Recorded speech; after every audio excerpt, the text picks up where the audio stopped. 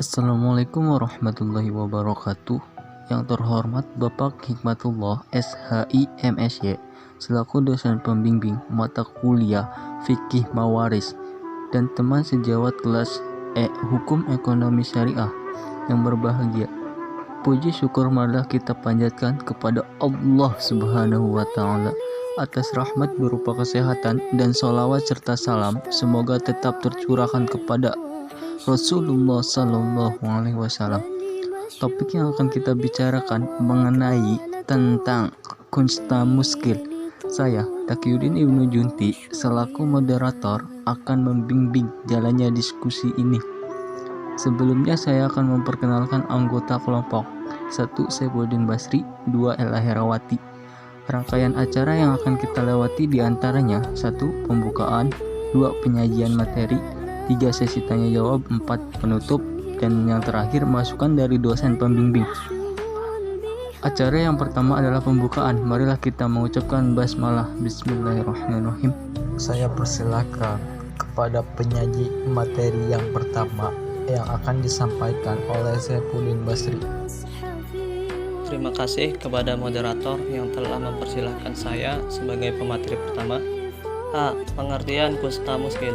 Kunsta muskil adalah seseorang yang mempunyai keganjalan dalam organ tubuhnya serta tidak adanya tanda-tanda khusus yang dapat menunjukkan kelelakian atau keperempuannya, sehingga sulit tidak dapat diketahui statusnya lelaki atau perempuan. B. Dasar hukum warisan kunsta muskil. Apabila seorang kusta mempunyai tanda-tanda kelelakian, maka ia dikategorikan ahli waris lelaki dan bagian yang diterimanya adalah bagian ahli waris lelaki.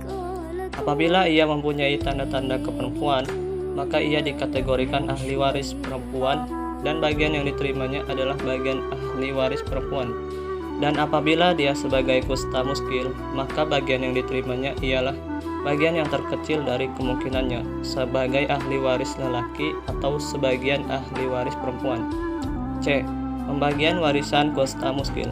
Untuk menentukan besarnya warisan yang diberikan kepada seorang kusta tersebut dengan menentukan kejelasan jenis kelamin yang bersangkutan dengan cara mengidentifikasi indikasi fisik yang dominan yang dimiliki oleh orang tersebut, bukan penampilan psikis atau kejiwaan. Cara lain untuk menentukan jenis kelamin ialah dengan meneliti tanda-tanda kedewasaan dari seorang kusta. Apabila samar-samar, apakah laki-laki atau perempuan? D. Cara membagi warisan menurut pendapat para ulama. Ulama Hanafiyah berpendapat bahwa kusta muskil mendapatkan warisan yang paling sedikit. Ulama Syafi'iyah berpendapat bahwa bagian setiap ahli waris banci diberikan dalam jumlah yang minimal. Ulama Malikiyah berpendapat bahwa kusta diberi bagian sebesar pertengahan antara bagian laki-laki dan perempuan. Ulama Hanabilah berpendapat bahwa keadaan ini diberikan setengah dari bagiannya jika ia dianggap laki-laki atau perempuan. Mungkin itu saja materi yang bisa saya sampaikan. Kurang lebihnya mohon maaf. Saya kembalikan lagi kepada moderator. Baiklah, selanjutnya penyajian materi yang kedua yang akan disampaikan oleh saudari Ella Herawati. Baik, selanjutnya saya akan menjelaskan yang poin E, yaitu contoh pembagian hak waris banci atau kunsta. Seseorang wafat dan meninggalkan seorang anak laki-laki dan seorang anak yang banci. Penyelesaiannya itu, jika dianggap laki-laki berarti ahli waris ada 2 orang anak laki-laki. Keduanya dalam hal ini adalah sebagai ashabah binafsi dan mewarisi seluruh harta dengan masing-masing memperoleh 1/2 bagian. Jika dianggap perempuan, berarti ahli warisnya seorang anak laki-laki dan seorang anak perempuan. Dalam hal ini, mereka adalah sebagai ashabah bil ghair dengan ketentuan anak laki-laki memperoleh 2/3, sedangkan anak perempuan memperoleh 1/3. Selanjutnya yang F, perbedaan ulama mengenai hak waris kunsta. Yang pertama, menurut Imam Hanafi, kunsta diberikan bagian yang terkecil dari 2 perkiraan laki-laki dan perempuan, sedangkan ahli waris lain diberikan bagian yang terbesar dari 2 perkiraan laki-laki dan perempuan.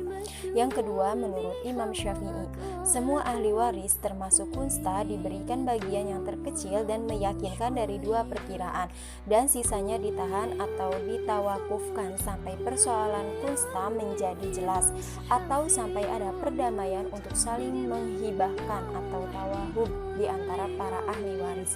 Yang ketiga, menurut Imam Maliki, semua ahli waris termasuk kunsta diberikan separuh dari 2 perkiraan laki-laki dan perempuan atau nilai tengah dari 2 perkiraan.